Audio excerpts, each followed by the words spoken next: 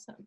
So I'm really excited for this topic today, Helen. We're not going to start immediately, but I'm really excited about it just because I feel like it's a topic that's coming up, and it's going to be a little bit different this year with COVID-19, so God bless them. But I think it's a really important topic, just like we were talking about beforehand. So we are in Elmahaha Center. My name is Lydia Yusuf. I'm the director, and Hi, I'm Helen. Yeah, and Helen's one of our board members. So we're kind of more specialized in like giving advice to younger folks, obviously, because we've been there, done that.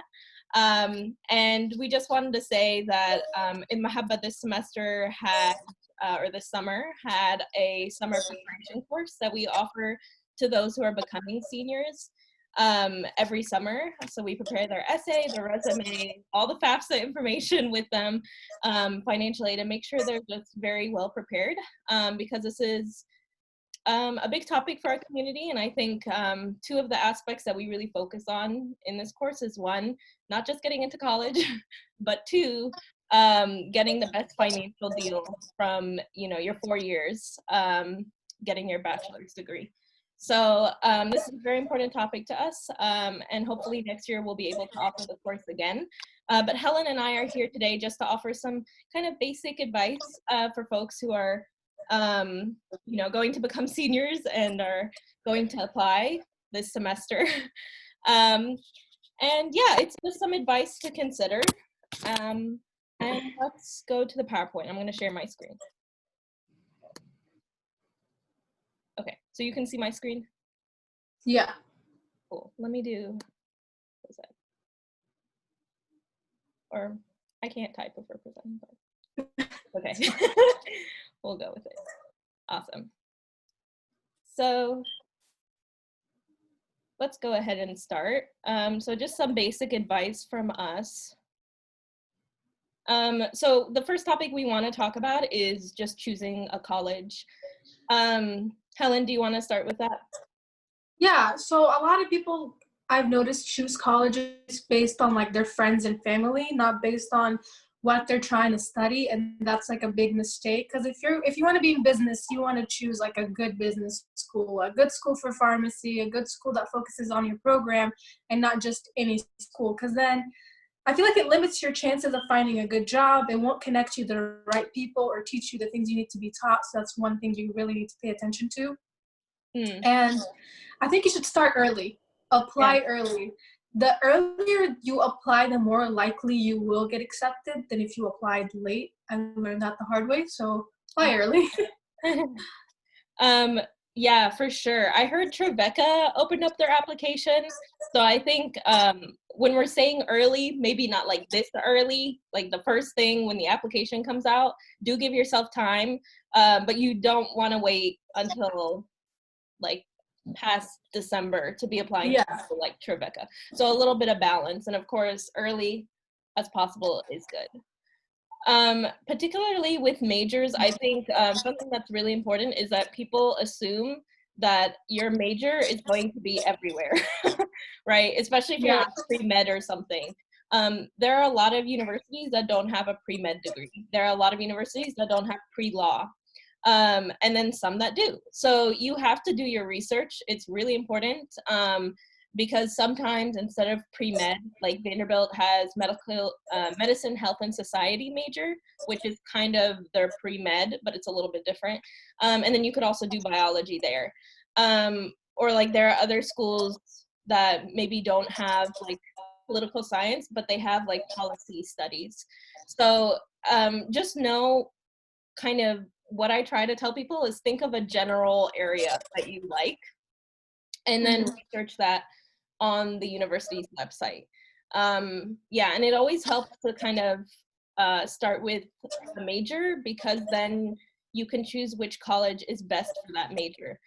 So if I'm really into science, like Lipscomb, MTSU, and Vanderbilt are really good choices for that. If I'm more like humanities, like I like writing and history, that would be more like Swanee, Belmont. MTSU is also good for that. So just look into your different choices and the different cultures. So, yeah, definitely make a list of what you're looking for, and compare schools. You're not in a rush. Like, take your time, because this is where you're going to spend 4 years, and this is where you're going to learn the most. yeah, definitely do take your time, because you are going to have to pay for the application. So, and then you're also going to have to shell out money when you choose the university. So yeah, do make sure like this is the college that you want to go to, the major that you want. And yeah, I think there is some room for like some little, like I know people who come in as undecided, and through their college experience that they decide what their major is. But just to be aware that, yeah, the more concrete choices and decisions that you have in your mind, like I want to be out of state, for instance, or I really love political science and communications and writing. Yeah, just writing out those ideas really helps you in choosing a college. Yeah, and I really think a good way to write it out would be to separate your choices from your factors. So choices would be like, I want to be at a big university, or I want to be in Nashville so that way I can commute, or you know, other things like great scholarships, great financial aid, versus factors would be things that you cannot compromise on. So usually that means like financial things, or like, Mama said, you cannot leave Nashville. So considering all of those, your choices, things that you want, factors, the things that you need when choosing a college. Also, a lot of things that it took me a minute to understand is your major sometimes is not your job. Like, you're not gonna come out, like, I'm a political science major. I'm not out like a political scientist or anything. Yeah. So when you choose a major, just choose a major that you think that can be, like, if you're undecided, my best advice to you is choose a major that you know that you can work, you have some liking to it, and you can find a job with it. It could help you somehow. Don't go in there like, I don't know, and just stay undecided for like 2-3 years, and then, because I feel like that messed up a lot of people. And then another thing is, do your own research, because your like counselors, they're sometimes like can mess up what you have in mind or give you wrong classes. Like, make sure you also do your own research. Don't just sit there and like have them tell you, take this class, and just take it on, and next thing you know, like, oh, I didn't need these classes. So make sure you do your own research. That's very important. Yeah. And you can ask people who've taken the class. You can go on Rate My Professor. There are a lot of options for you to do your own research too. There was something that you said, the thing about the job. Yeah, that's really important, because a lot of people go in and they're like, my major is going to be my job. But a major, like for me, the best types of majors are the ones that offer you the most job opportunities. Definitely. I know people who did biology, and between them, graduating with biology and taking the MCAT, it's very difficult for them to find a job, because it's biology. So they're not skilled enough to work in a lab, but they're like scientific, so that they're living kind of in a limbo. And then I know some people who are like history majors who like work for research at a huge newspaper type of thing. So so we always put down like history and writing majors, but it really it opens up more opportunities sometimes than you would imagine. Especially when now we live in a world of social media and people all the time want like little written speeches. So it's really up and coming to be good at research, which history trains you in. So also for choosing a major, we kind of went through this. So like choosing a major that'll help you find a job. I know a lot of Egyptians who start off, they're like, I'm going to become a pharmacist, so I'm going to take all these chemistry courses. And what ends up happening is that they begin failing, and it tanks their GPA because they're failing organic chem. They're not having a fun time. And so this closes the doors for a lot of pharmacy schools, and it just becomes like 4 years of misery. And for me, I don't understand why you would do that. College is hard, but it shouldn't be, it shouldn't be that you're failing. So my advice is try to choose a major, again, that appeals to you, that opens multiple job opportunities for you, not just, in the medical sector, but in multiple industries. Yeah, I don't know if you want Another to. thing I would like recommend for you guys, I didn't know much about it, and I think like if you knew about it, it would help you a lot, is scholarships. Sometimes you can just search on Google like scholarships, and you can find a lot of scholarships like even without applying that you can apply to, and they will still give you money no matter where you're accepted. Yeah. So look into that, so that can definitely help you out a lot. Yeah, for sure. FastWeb is a really good website for that. And I know for local Tennessee scholarships, the Community Foundation of Middle Tennessee is also a good one.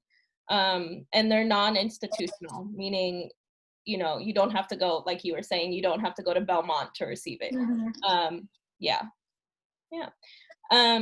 And I'll just add something important is to also consider a minor. Minors are sometimes important when when you've graduated and you're kind of in a limbo. So something like Spanish could really boost your resume, or like Arabic or English as a minor, so they know you're a good writer, or communications. Yay, FAFSA. Love it. Well, yeah, our favorite. Yeah. FAFSA, my number one advice is just please don't pay anyone to do it for you. I know like the tendency is to be, this is a long application, I don't want to do it. I feel like I'm gonna mess up because the IRS is involved. That's ridiculous. Please do not pay anyone to do this for you. It is a standard application. It's really easy. It really is. Yeah, it is. It's not rocket science. It just does take a while, especially if you're self-employed. But if you're not self-employed, honestly, and you only have like W-2s, you're salaried, it should only take you 30 minutes. But yeah, I do understand people who are self-employed, it does take a little bit longer. I have like a checklist. I'll just go over it real Yeah. quick. Yeah. So basically, all you're gonna need is your social security number or registration card if you're not a U.S. citizen. Your most recent income and your parents. So that's pretty much like your W-2 forms, 1040 forms, other records and documentation of non-taxable income, your bank. Sometimes they ask for your current bank statements. I don't know. I never had that. No. Your ID. Make sure you remember your ID and your parents' ID because they will have to come sign.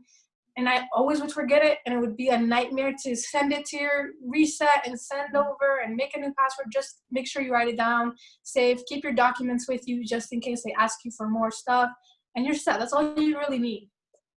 Yeah, that last one though is so important. Please keep that ID very safe. It happened to us and it was just horrible because you have to keep an ID for your parents, at least one parent, and then an ID for yourself. They're two separate. So, and mom and baba are not gonna keep theirs. So you have to keep both sets. And every single year that you do it and you renew it, it will ask you for both. So that you can sign the document. So yeah, please keep that ID and password for both the parent and the student. Yourself, yeah. And of course, if you have multiple students, so if it's like your parent, you, sibling, yeah, just make sure y'all all keep track of that. One thing that I hear very often from a lot of Egyptians in Nashville is that because FAFSA opens in October, they want to do it automatically in October. I don't recommend that. Don't start late. Do not do it. Yeah. I would definitely, don't do it the summer before you're going in.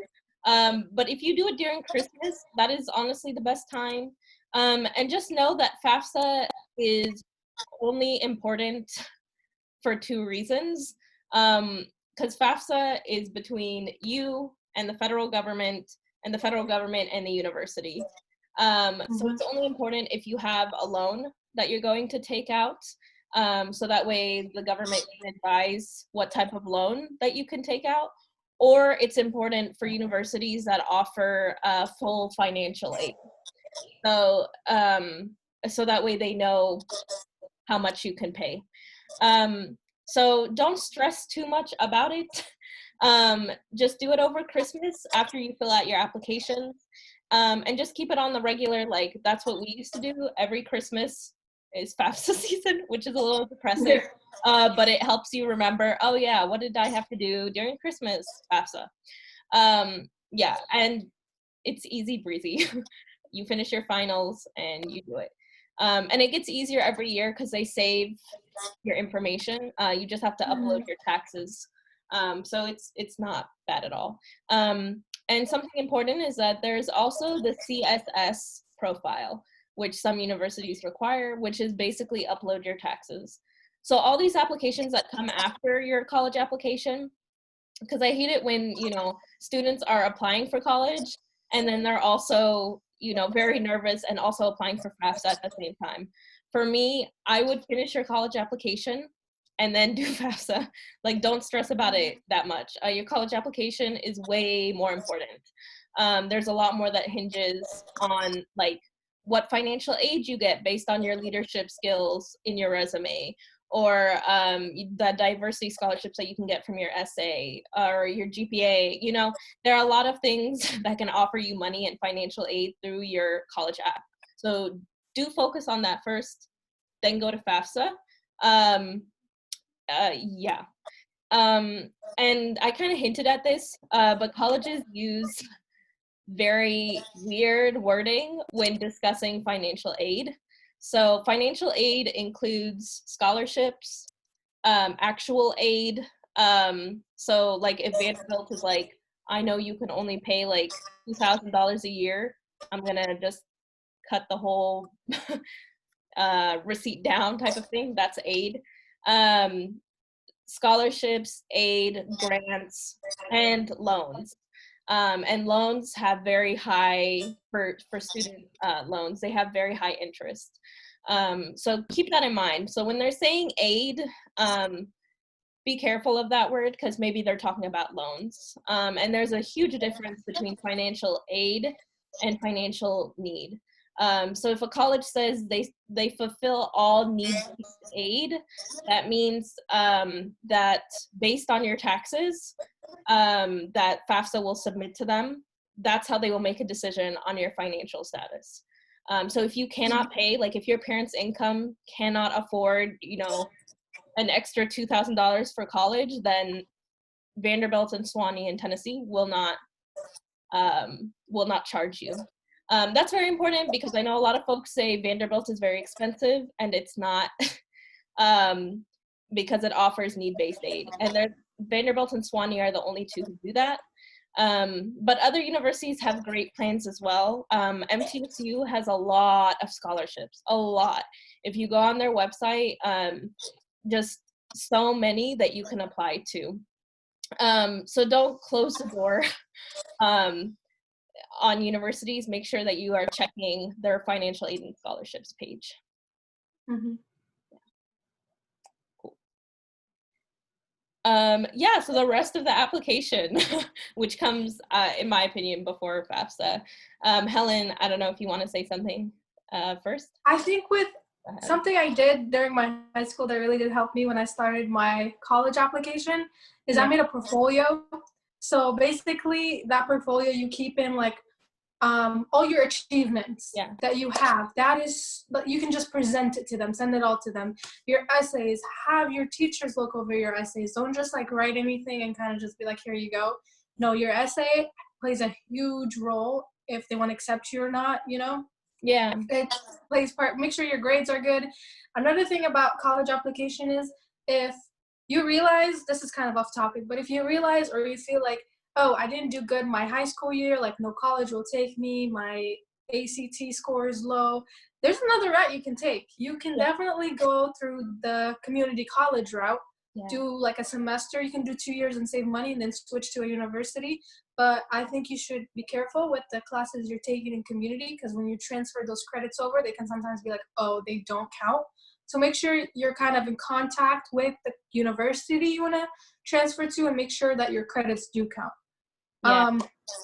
But I think that's, if I could add something really important when you contact universities, especially about things like transfers and such, make sure you do it via email. That way you have a receipt from what people are saying. Never call them, or try to avoid that as much as possible unless you're setting up a meeting. But really, email is the way to go when you're talking about important things like this, because especially in financial aid offices, they will contradict each other. So have an email chain and keep it. Yeah. Definitely. Yeah. For sure, community college is a really good option, especially in Tennessee, because it is free. Yeah, so it's a really good financial option. And again, if you are very diligent in asking universities before you apply, when you're moving from a community college to a university, about asking about transfer credits, there should be no problem. And I know a lot of people, especially nurses, who will go to community colleges to get the credits they need, and the classes that they need. So never close that door. It's a great financial option, and it's just a really good option. Yeah, the other part of your application would be your essay and your resume. And both are really important because your application is really just numbers and statistics. So your essay and your resume show you, like, they humanize you. They give you a little bit of flesh on the skeleton that you are. So your resume, obviously, what you want to highlight is your leadership. And this is, I'm speaking about college resumes. I'm not speaking about job application or job resumes. But like for college, just like Helen said, like accomplishments. You really want to hit home. If it's something even like Mahragan, or pre-servants, all of that looks really good on a resume. Just make sure you're using the right wording, because obviously the person who's reading your resume is not Coptic, so they don't know what a pre-servants program is. So you need to be a little descriptive or change the name a little bit, to make it, more appealing. And essays are really important. They're very short, but try not to be basic. This is something that I see often, is a lot of people try to make it like a sad story, like my parents were immigrants, or, I experienced racism. And you have to understand that when you're doing college admissions, you are receiving tens of thousands of essays. So if you're going to be very basic, it's not going to pass the threshold. You have to give yourself some meat. So if you want to explore racism, and your experience with it, provide a very specific example. If you want to talk about your parents' immigration, specific example. Tie it to you, and then tie it to your career choice. So a really good one would be like, my dad was a engineer, and well, no, this is not a good one. Well, when I first came to the US, I was 8 years old, and I felt isolated, and I remember that because of this specific moment, and now I want to become a teacher so that others don't feel isolated. So something like that. That's kind of a moving essay, to be like, okay, I want to know. Tell a story. Exactly, a story, yeah. And just remember to draw that story back to why you're here, why you want to go to college. Yeah, and draw it back to your career too. So career and your college. And advice that I always give to people, especially with the resumes and essays, just have someone read it. I know it sounds like really random, but it's really easy to tell someone, hey, can you just look over my resume? Just 5 minutes, see if there's a grammatical issue, see if there's a different way that I can word something, use a better action word. 5 minutes. Yeah, it really does. It's really magical to just ask somebody, just 5 minutes of your time, can you look at my resume? I do it all the time, because you never know what someone's going to spot. So just Yeah, it's a really good tip. And essays especially, just like Helen was saying, essays are supposed to like be a story. They're supposed to grip you. So, you know, if you're letting someone read your essay and it's not emotional and it's not gripping them, it's a good place. 5 minutes. It takes only 5 minutes for you to then say, okay, what am I doing that I can do better on this essay? Yeah. And then like my last piece of advice for the application, please, please, please, please, please, please, please, please set a checklist. There's so many people, this has happened to me too.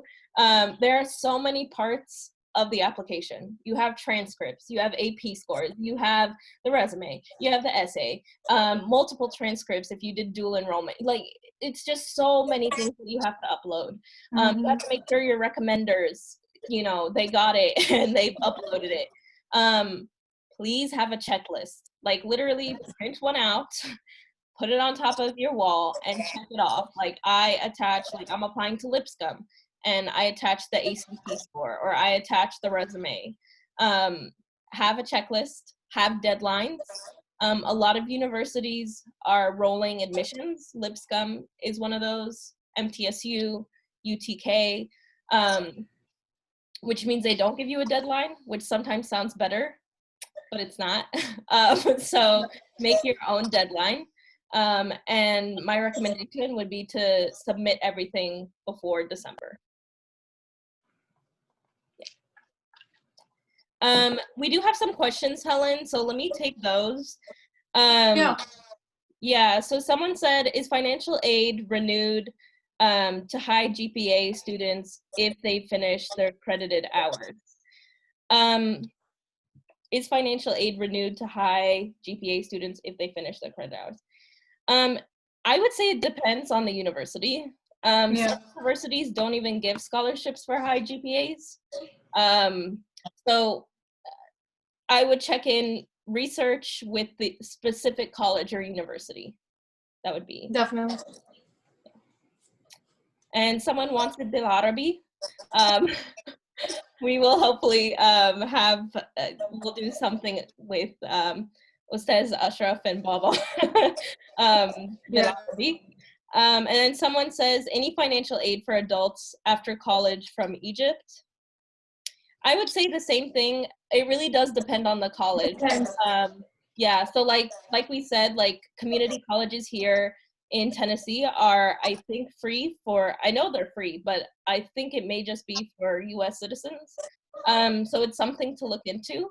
Yeah, and I would ask around. I don't know if it's just residents of Tennessee who have green cards, but I would ask specifically, go to their website.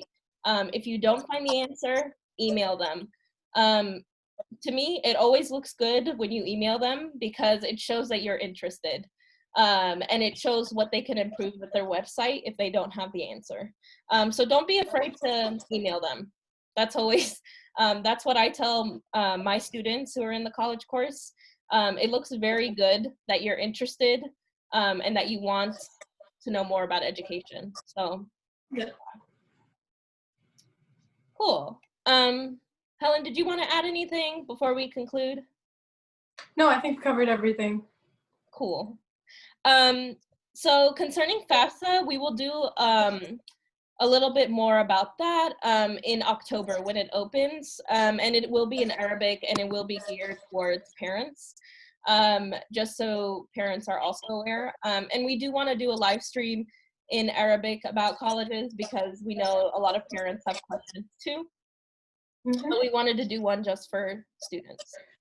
And then finally, next week, Ustaz Ashraf and Baba will discuss unemployment updates and ways to support new immigrants. So a very important topic because there's a lot being discussed about the 600, the pandemic unemployment relief. So please tune in for that. Maybe there's new news next week. And yeah, thank you all for being with us today. And thank you, Helen, for your time and your awesome advice. No, thank you. And we'll see you all next month. And Helen and I will discuss the college experience that people need to consider, which I think is actually very, very important to when you're actually. I'm excited for that one. I'm excited for that one. Yeah. Because there were things I wish I knew before going in, for sure. So thank you so much, Helen, and we will see you all next month. Okay, bye everybody. Bye.